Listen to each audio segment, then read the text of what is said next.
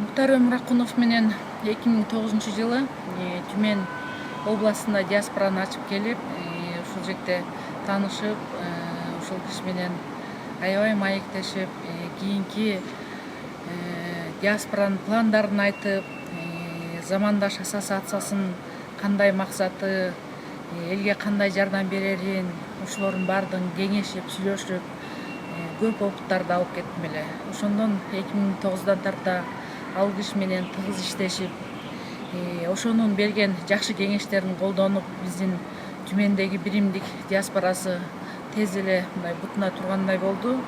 Ал киши ушунчалык аман болгондо, тирүү болгондо ушунчалык анын коомунда орду бар киши эле.